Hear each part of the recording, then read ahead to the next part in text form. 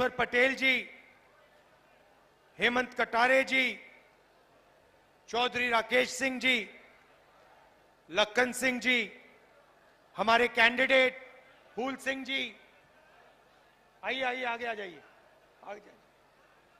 हमारे कैंडिडेट फूल सिंह भरैया जी, स्टेज पे वरिष्ठ नेता, भाइयों और बहनों, कांग्रेस पार्टी के हमारे बब्बर शेर कार्यकर्ता, प्रेस के हमारे मित्रों, आप सबका यहां बहुत बहुत स्वागत। गर्मी में आप मेरी बात सुनने आए, इतनी दूर से आए, खासतौर से जो महिलाएं आई हैं, आपका मैं दिल से धन्यवाद करता हूं।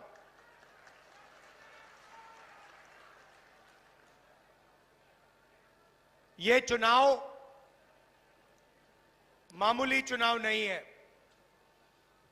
इस चुनाव में दो विचारधाराओं की टक्कर है।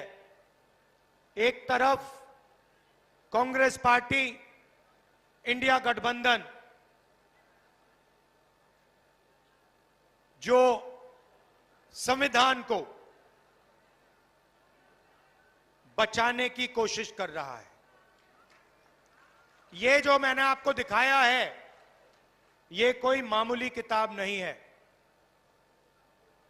इस किताब के आने से पहले, आजादी से पहले, हिंदुस्तान के गरीबों के पास, दलितों के पास, आदिवासियों के पास, पिछड़ों के पास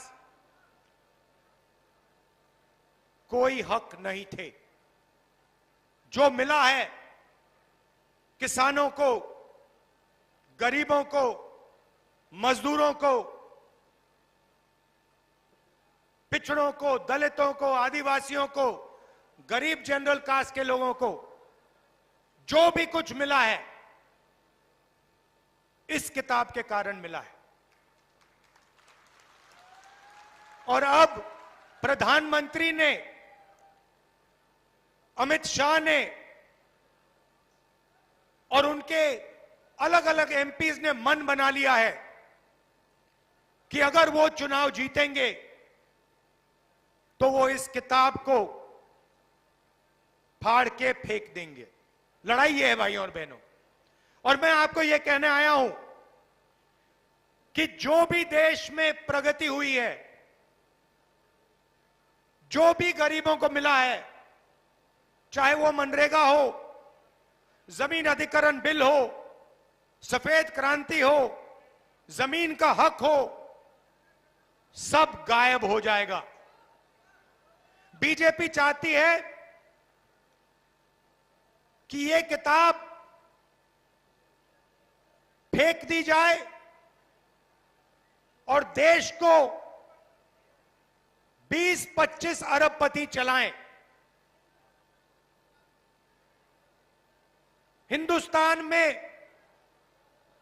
पब्लिक सेक्टर बना, गरीबों को आरक्षण मिला, सेना में आपकी भर्ती होती है, पेंशन मिलती है, सारे के सारे अधिकार इस किताब से मिलते हैं। ये जो चुनाव है, ये जो चुनाव हो रहा है, लोकतंत्र जो है, जिसने दलितों को, पिछड़ों को, आदिवासियों को, गरीब जनरल कास्ट को आवाज दी, वो सब खत्म हो जाएगा अगर ये किताब खत्म हो जाएगी। माताएं जो बैठी हैं, ये बात को समझिए, ये मामूली किताब नहीं है। बीजेपी के नेताओं ने साफ कहा है, अमित शाह ने कहा है, बड़े बड़े नेताओं ने कहा है कि अगर चुनाव में जीत होगी तो कॉन्स्टिट्यूशन को बदल दिया जाएगा, रद्द कर दिया जाएगा। और मैं आपको बताने आया हूं, ये हिंदुस्तान की गरीब लोगों की आत्मा है, इसको कोई नहीं छूने वाला है। दुनिया में कोई शक्ति नहीं है जो इसको बदल सके। ये बीजेपी वाले सपने देख रहे हैं। कांग्रेस पार्टी ने, अंबेडकर जी ने मिलकर, हिंदुस्तान की जनता के साथ मिलकर अंग्रेजों से लड़ाई की, और ये जो कॉन्स्टिट्यूशन है, ये जो संविधान है, ये जो हिंदुस्तान की आवाज है, ये हमने बनाया। इसको हम ऐसे नहीं मिटने देंगे। और हिंदुस्तान की जनता, हिंदुस्तान के गरीब लोग, किसान, मजदूर, ये कभी नहीं होने देंगे। पहली बात यह है। अब ये कहते हैं कि हम आरक्षण के खिलाफ नहीं हैं। तो अगर आप आरक्षण के खिलाफ नहीं हो, तो फिर आप पब्लिक सेक्टर को क्यों प्राइवेटाइज कर रहे हो? आप रेलवे को क्यों प्राइवेटाइज कर रहे हो? आप अग्निवीर योजना क्यों लाए? अगर आप रिजर्वेशन के खिलाफ हो, तो आपको ना अग्निवीर योजना लानी थी, ना प्राइवेटाइजेशन करना चाहिए, ना आपको ठेकेदारी प्रथा लागू करनी चाहिए। ये सब के सब काम रिजर्वेशन के खिलाफ काम करे जा रहे हैं। आप अरबपतियों का कर्जा माफ कर देते हो। 16 लाख करोड़ रुपया, भाइयों और बहनों, 16 लाख करोड़ रुपया 22-25 लोगों का नरेंद्र मोदी जी ने कर्जा माफ किया है। मैं आपसे पूछना चाहता हूं, कितने किसानों का कर्जा माफ किया? कितने मजदूरों का कर्जा माफ किया? कितने छोटे दुकानदारों का कर्जा माफ किया? कितने बेरोजगार युवाओं का कर्जा माफ किया? गरीब व्यक्ति प्राइवेट अस्पताल में जाता है, लाखों रुपए का कर्जा हो जाता है। कभी नरेंद्र मोदी जी ने कहा कि हां, मैं गरीब का कर्जा माफ करूंगा? कभी नहीं, कभी नहीं किया, कहा भी नहीं, किया भी नहीं। भाइयों और बहनों, 16 लाख करोड़ रुपए पता है कितना होता है? पता है कितना होता है? नहीं मालूम, मैं बताता हूं। हमने किसानों का कर्जा माफ किया था जब हमारी सरकार थी। अगर आप 25 साल के लिए हर साल हिंदुस्तान के हर किसान का कर्जा माफ करोगे, तब 16 लाख करोड़ रुपए बनते हैं। मतलब 25 साल, हर साल किसान का कर्जा माफ, हर किसान का कर्जा माफ किया। 25 साल बाद उतना ही पैसा खर्च होगा जितना नरेंद्र मोदी जी ने 22-25 लोगों का कर्जा माफ किया। दूसरे तरीके से सुनना चाहते हैं, 24 साल का मनरेगा का पैसा नरेंद्र मोदी ने 22 लोगों को दिया है। हालत यह हो गई है कि 22 लोगों के पास उतना ही धन है जितना 70 करोड़ हिंदुस्तानियों के पास। ये देखिए, स्टेज पे 22 लोग बैठे हैं।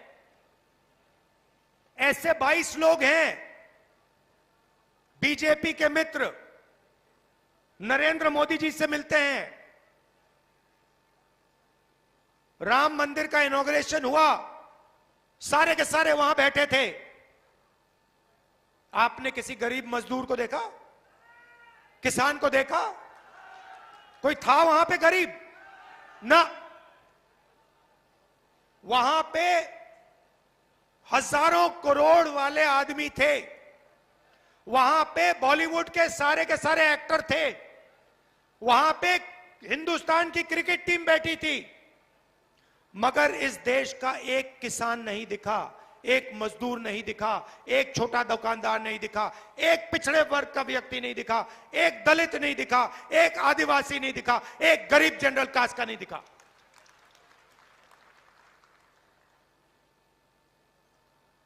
पार्लियामेंट हाउस का इनॉग्रेशन होता है, नई बिल्डिंग, चमकती हुई बिल्डिंग बनती है। हजारों करोड़ रुपए की बिल्डिंग बनती है, आदिवासी राष्ट्रपति को बुलाया ही नहीं जाता। उनसे कहा जाता है ना तुम पार्लियामेंट के इनॉग्रेशन में आओगे और ना तुम राम मंदिर के इनॉग्रेशन में आओगे। राम मंदिर और पार्लियामेंट हाउस को नरेंद्र मोदी जी खोलेंगे। कोई आदिवासी का, दलित का, पिछड़े वर्ग का किसी का चेहरा नहीं दिखना चाहिए, सिर्फ नरेंद्र मोदी जी का चेहरा दिखना चाहिए। और ये भाइयों और बहनों हुआ।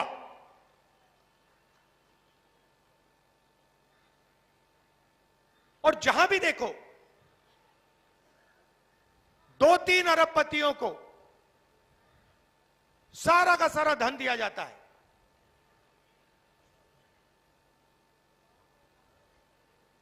रेलवेज देखो अदानी, सोलर पावर देखो अदानी, बिजली देखो अदानी, सड़क देखो अदानी, हथियार देखो अदानी। जहां भी देखो किसान के कानून बनाए अदानी अंबानी के लिए। हिंदुस्तान का हर एक किसान जानता है कि हमारे जेब से पैसा निकालने की कोशिश हो रही है। सारे के सारे खड़े हो गए। नरेंद्र मोदी जी क्या कहते हैं? आतंकवादी हैं। आतंकवादी हैं जो देश को भोजन दे रहे हैं, 24 घंटा खून पसीना देते हैं, वो आतंकवादी हैं।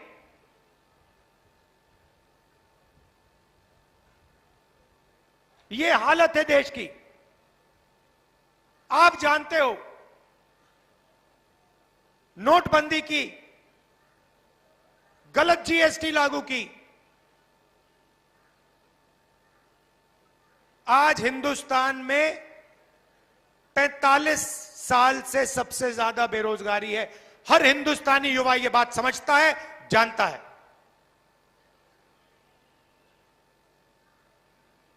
सबसे ज्यादा महंगाई आज है।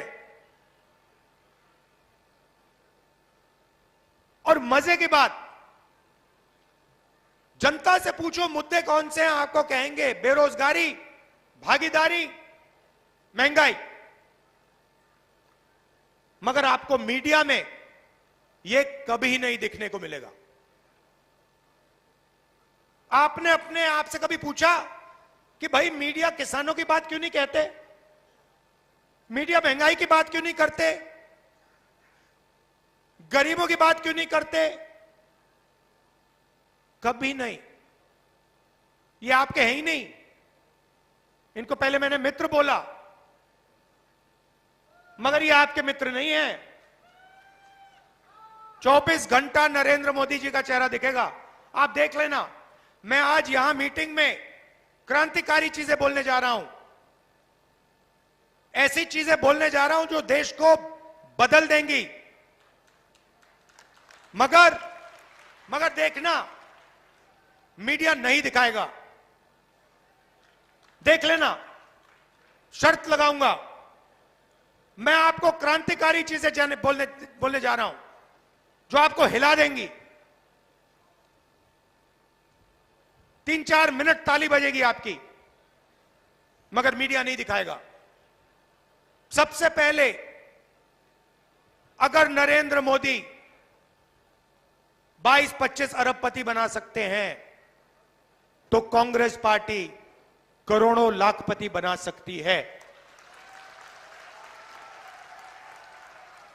ये महिलाएं आई हैं आज। अब जो मैं कहने जा रहा हूं पुरुषों को अच्छा नहीं लगेगा, मगर मैं साफ बोल देता हूं। गुस्सा मत होना मुझसे, गुस्सा नहीं होना है।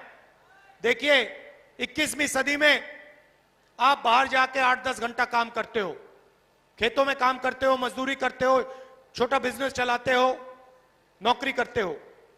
मगर हिंदुस्तान में महिलाएं भी ये काम करती हैं। महिलाएं भी मजदूरी करती हैं 8-10 घंटा। महिलाएं भी जॉब करती हैं,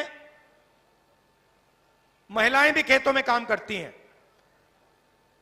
जॉब के लिए, मजदूरी के लिए आपको भी पैसा मिलता है, महिलाओं को भी पैसा मिलता है। मगर अगर आप 8 घंटा बाहर काम करते हो और ये 8 घंटा भी बाहर काम करती हैं, तो ये फिर 8 घंटा घर में भी काम करती हैं, खाना पकाती हैं, हिंदुस्तान के भविष्य की देखभाल करती हैं, बच्चों को समझाती हैं, सिखाती हैं, मगर किसी भी सरकार ने उन 8 घंटों के लिए इनको कॉम्पनसेशन पैसा कभी नहीं दिया है। सही बोला गलत बोला? सही बोला। तो अगली हिंदुस्तान की सरकार, इंडिया गठबंधन की सरकार, पहली बार दुनिया में पहली सरकार होगी जो इन महिलाओं को, ये जो घर में काम करती हैं, 8 घंटे जो भविष्य की देखभाल करती हैं, उसके लिए पैसा देने जा रही है। अभी ताली बजाई है, जब मैं बताऊंगा कितना पैसा, फिर देखना ताली कैसे बजती है। तो महिलाओं के लिए 3 काम होंगे।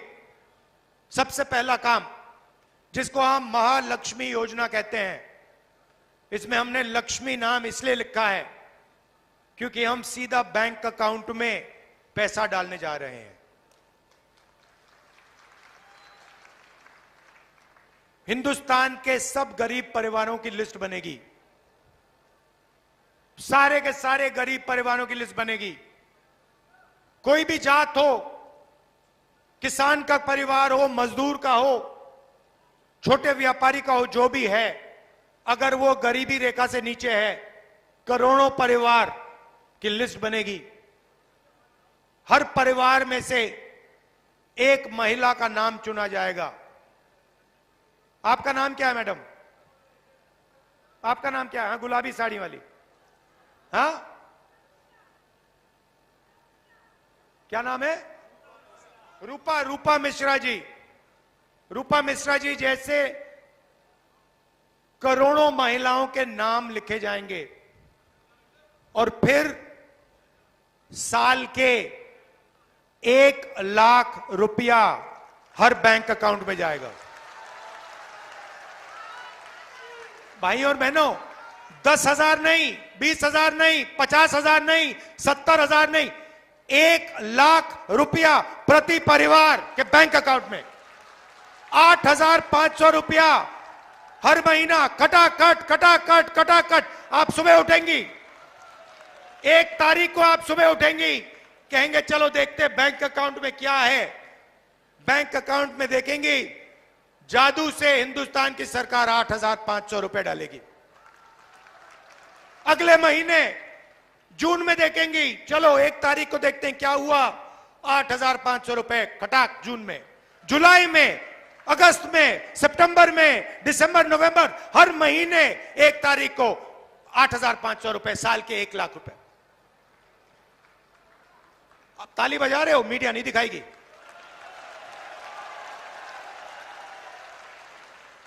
हमने मनरेगा किया, मीडिया का हर पत्रकार कहता है देखो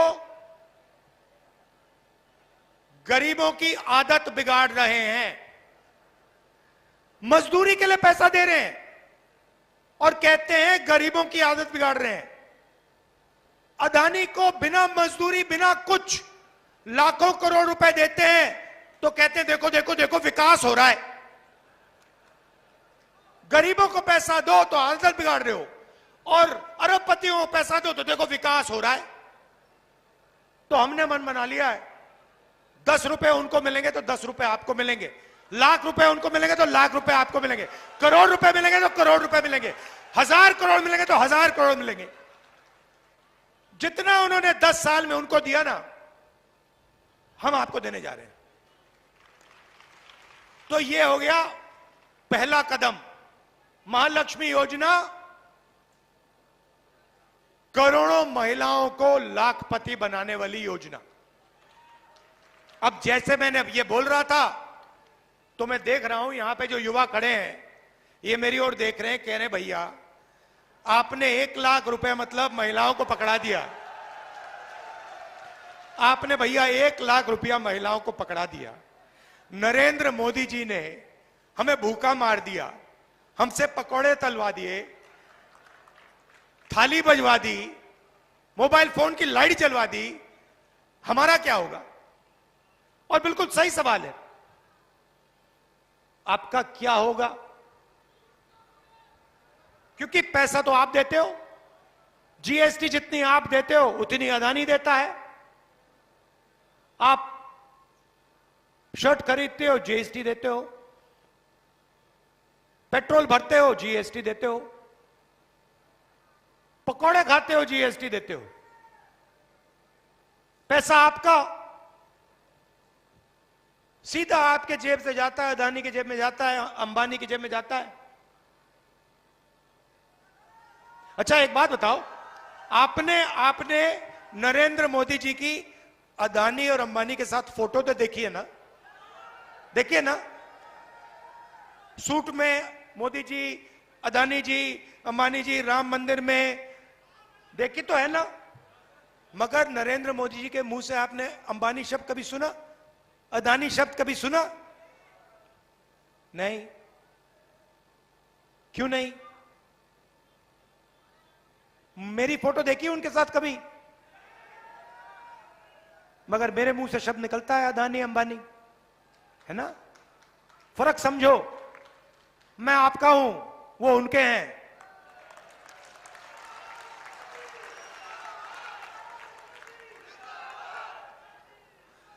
तो अब युवाओं को बेरोजगार कर दिया, पकौड़े बनवा दिए, और इस मीटिंग में युवा मेरी ओर देख रहे हैं, कह रहे भैया ये 1 लाख रुपए हमारी बहनों को दे रहा है, माताओं को दे रहा है, हमारा क्या होगा?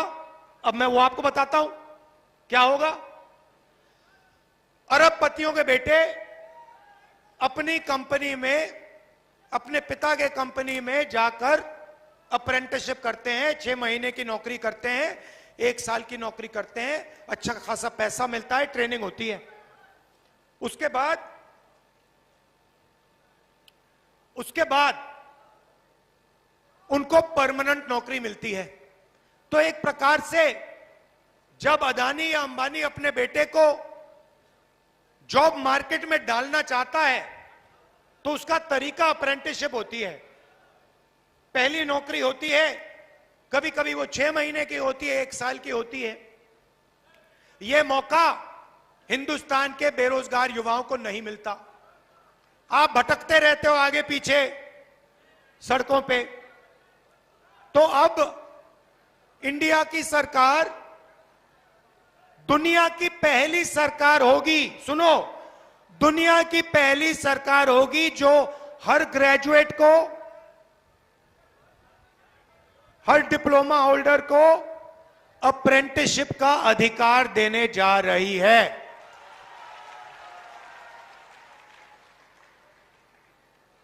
अप्रेंटिसशिप का मतलब पहली नौकरी पक्की योजना। होगा क्या? सारे ग्रेजुएट्स, डिप्लोमा होल्डर्स को अधिकार मिलेगा।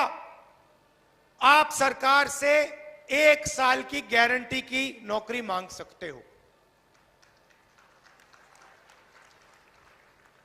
आपको 1 साल की ट्रेनिंग मिलेगी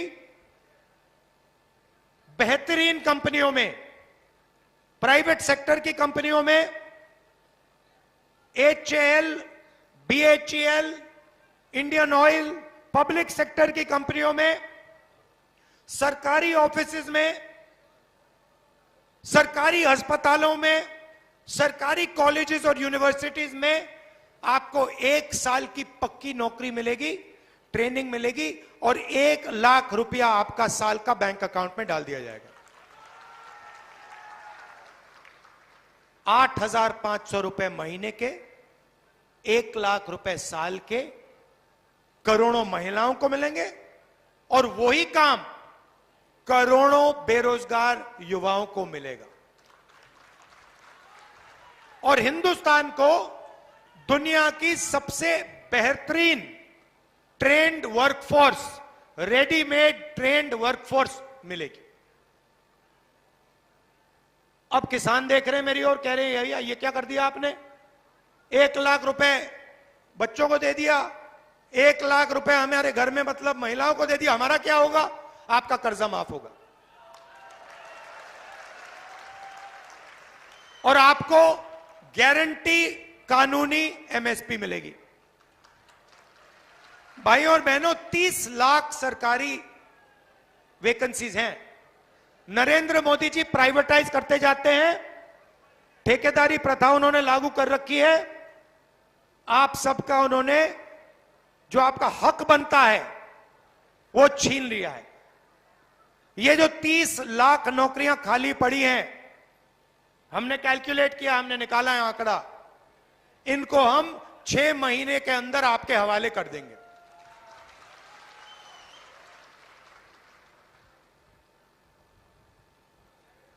रही बात अग्निवीर की, यहां से लोग सेना में जाते हैं, जाते नहीं जाते?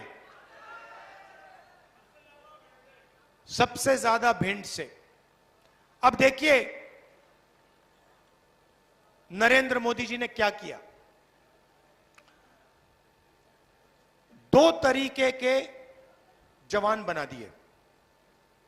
एक जवान जिसको पेंशन मिलेगी, जिसको कैंटीन मिलेगी, जिसको अच्छी ट्रेनिंग मिलेगी, और दूसरा जवान जिसको ना कैंटीन मिलेगी, ना पेंशन मिलेगी, ना सटीक सैलरी मिलेगी। एक को वो अग्निवीर कहते हैं और दूसरा नॉर्मल जो जवान होता है वो है। अब आप सोचिए, 2 लोगों को आप युद्ध में भेज रहे हो। एक से आप कह रहे हो कि देखो भैया, अगर आपको कुछ हुआ तो हम हिंदुस्तान की सरकार और हिंदुस्तान की सेना आपके परिवार की रक्षा करेंगे, आपके बच्चों की रक्षा करेंगे, और जो भी सुविधा आपको चाहिए आपके परिवार को हो, सुविधा, जिस भी सुविधा की जरूरत होगी वो आपको मिलेगी। और दूसरे जवान से कह रहे हैं कि भैया देखो, अगर आपको कुछ हुआ तो आपको कोई पेंशन नहीं मिलेगी, कोई मदद नहीं मिलेगी, आप शहीद हो गए तो हो गए, बाकी सब छोड़ो, आपको शहीद का दर्जा भी नहीं मिलेगा। अब सोचो सेना में क्या होने वाला है। उस साइड चीन खड़ा है, चीन के जवानों को 5 साल की ट्रेनिंग मिल रही है, वहां पे सबको पेंशन मिलता है, उनका कुछ हुआ तो उनकी सरकार उनकी देखभाल करेगी। और यहां हमारा जवान जो यहां भिंड से जाएगा, उससे कहेंगे देखो भैया, तुम शहीद हो जाओगे तो तुम्हारे परिवार को कोई नहीं देखने वाला। क्या वो ठीक से लड़ेगा? तो ये नरेंद्र मोदी जी ने सेना का अपमान किया है।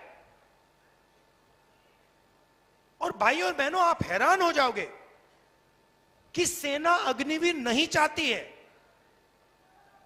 सेना अग्निवीर नहीं चाहती, सैनिक अग्निवीर नहीं चाहते, जनरल अग्निवीर नहीं चाहते, जवान अग्निवीर नहीं चाहते, सिर्फ नरेंद्र मोदी चाहता है। और थोप दिया ऊपर कि भैया पीएमओ ने निर्णय लिया है, 2 तरीके के शहीद होंगे, 4 साल बाद 3/4 लोगों को भगा दिया जाएगा, 1/4 को रखा जाएगा, और अगर वो जो 3/4 हैं अग्निवीर हैं, अगर उनको गोली लग गई, शहीद हो गए तो हो गए,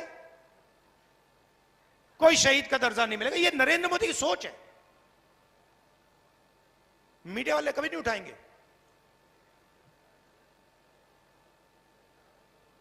ये कोविड में थाली बजाने की बात करेंगे, मगर ये जो मैं आपको कह रहा हूं ये कभी नहीं उठाएंगे। आप जानते हो, कहने की जरूरत भी नहीं है।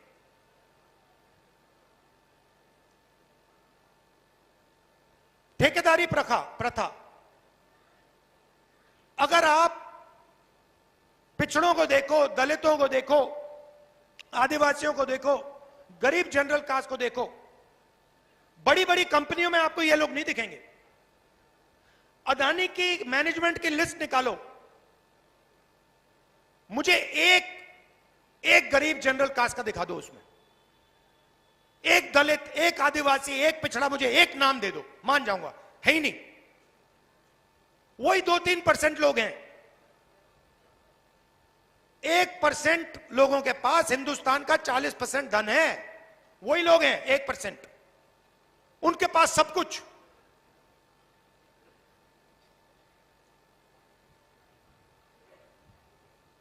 और गरीब लोग क्या कर रहे हैं? मनरेगा कर रहे हैं, मनरेगा का पैसा नहीं दे रहे। ठेकेदारी में मजदूरी करते हैं, जब जी करता है निकाल के फेंक देते हैं। कोई सोशल सिक्योरिटी नहीं, कोई पेंशन नहीं, कोई वार्निंग नहीं, कुछ नहीं। चेहरा अच्छा नहीं लगा तो जाओ, मर जाओ। ऐसे देश थोड़ी चलेगा। तो मजदूरों के लिए आज आपको 250 रुपए मिलता है मनरेगा में, सरकार आने के बाद 400 रुपए हो जाएगा। आशा और आंगनवाड़ी में जो महिलाएं काम करती हैं, आपकी आमदनी दुगनी हो जाएगी।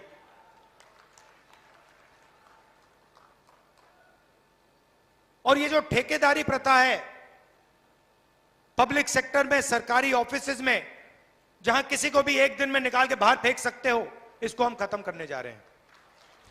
अगर नौकरी मिलेगी सरकार में, पब्लिक सेक्टर में मिलेगी, तो इज्जत के साथ मिलेगी, पेंशन के साथ मिलेगी, रिस्पेक्ट के साथ मिलेगी। तो ये हम आपके लिए करने जा रहे हैं। देखिए, मेन मुद्दा इसका है, इसको बचाना है, इसकी रक्षा करना है।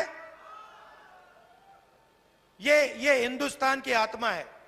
और बीजेपी के लोग, नरेंद्र मोदी इसका गला घोटने की कोशिश कर रहे हैं। ये हम कभी नहीं होने देंगे। आप सब आए, मुझे बहुत अच्छा लगा, इतनी प्यार से आपने मेरी बात सुनी, दिल से आपका धन्यवाद करता हूं। नमस्कार, जय हिंद। सबको बैठना, अपनी जगह पे बैठना, सबको अपनी जगह पे बैठना है। आदरणीय गोविंद सिंह जी, आदरणीय गोविंद सिंह जी के लिए जरा जोरदार तालियां बजाओ। आदरणीय गोविंद सिंह जी अपनी बात कहें, वहां जाके कहें उस माइक पे।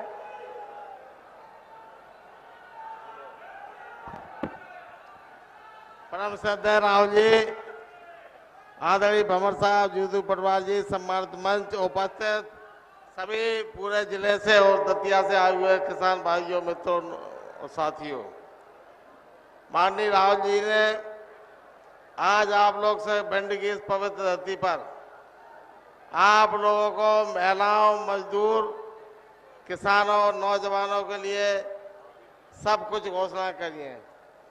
लेकिन एक मैं राहुल जी से अनुरोध करना चाहता हूं, जहां जहां कांग्रेस की सरकारें हैं, वहां सब जगह आपने ओपीएस, पुरानी पेंशन योजना लागू की है। शायद ये हमारे घोषणा पत्र में छूट गई है। हमारा आपसे प्रार्थना है कि एक सेक्टर जो करोड़ों शासकीय अधिकारी कर्मचारियों को बचा है, जिसमें पैरामिलिट्री फोर्स के लोग भी हैं, उनको अगर आप ये घोषणा और करेंगे तो सब ऐसा कोई वर्ग इस मुल्क में मानव जाति का नहीं बचेगा जिसको कोई ना कोई लाभ न मिला हो। आप सब भारी तादाद में आए। फूल सिंह बरैया जी बरसों जीवन में संघर्ष किया है इन्होंने, गरीब, अनुसूचित जाति, जनजाति, जिनकी क्षेत्र जगह ने काम किया है, ऐसे नेता को हमारे नेता राहुल गांधी जी ने आपके बीच भेजा है। आप सबसे प्रार्थना है कि आप फूल सिंह बरैया को भारी बहुमत से जिताइए। सवाल रहा है, बरैया जी ने कहा मैं सुख दुख में शामिल लोगों में भी साथ रहूंगा। जय हिंद, जय भारत।